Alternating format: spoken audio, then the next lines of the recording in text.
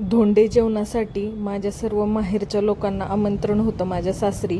मग काय सकाळी सकाळीच मी गावी गेले पंधरेला आणि गेले गेले लगेचच कामाला लागले, कारण 14-15 माणसांचा स्वयंपाक बनवायचा होता आणि आम्ही दोघीच. त्यामुळे मग गेले की कंबर कसली आणि लगेचच कामाला सुरुवात केली.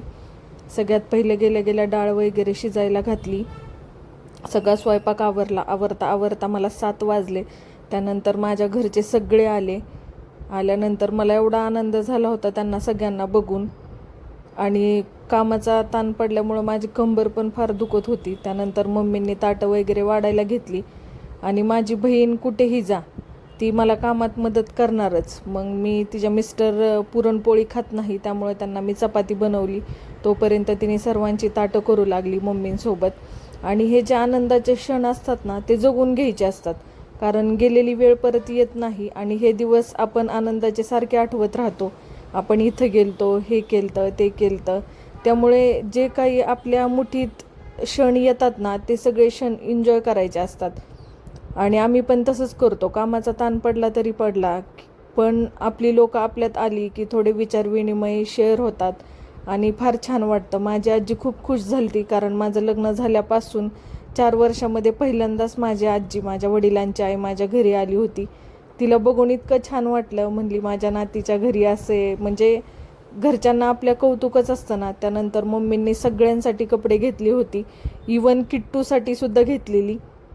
आम्ही अगोदरच सगळी खरेदी केली होती. त्यानंतर मम्मींनी सगळ्यांची ओटी वगैरे भरली आणि मग माझ्या किट्टूचा मानपान धोंड्याचा मी अगोदरच केला होता. पण मी स्वतः पण त्याला कपडे घेतली होती, पण मम्मी पप्पांनी पण त्याला परत कपडे घेतली. त्यांना लहान मुलं फार आवडतात आणि त्यातली त्यात किट्टूचा आमच्या बराच लाड असतो आमच्या घरी. आणि या सर्वासाठी माझ्या सासूबाईंना आणि सासऱ्यांना थँक्यू. माझ्या सर्व घरच्यांना बोलवलं, त्यांचा मान सन्मान केला. मला एवढं भरून आलं होतं की म्हणजे तो दिवस माझ्या लक्षातूनच जाऊ शकत नाही. इतका छान मानपान माझ्या घरच्यांचा केला. त्यासाठी मम्मी आणि पप्पा तुमच्या दोघांनाही थँक्यू. सर्वजण एन्जॉय करत होते. माझ्या मम्मीला जरा कामाला जायची घाई झाली होती, त्यामुळे थोडं फास्ट सगळं आवरलं. आणि जेवण पण फार छान झालं. मम्मीला, यांना सगळ्यांना पप्पांनी पोशाख वगैरे आणले, सगळ्यांना दिले. आणि त्यानंतर मग मी सगळ्यांना घर फिरून दाखवलं, माझ्या मोठ्या भावाला, आजीला.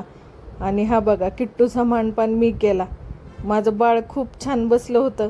मस्त कपडे वगैरे घेतली आणि घेतल्यानंतर लगेचच बॉक्स खोलायचा होता, ह्याच्यामध्ये काय घेतलंय. चेष्टेने माझी मम्मी म्हणली, माऊनी कसलेच कपडे घेतलेत तुला?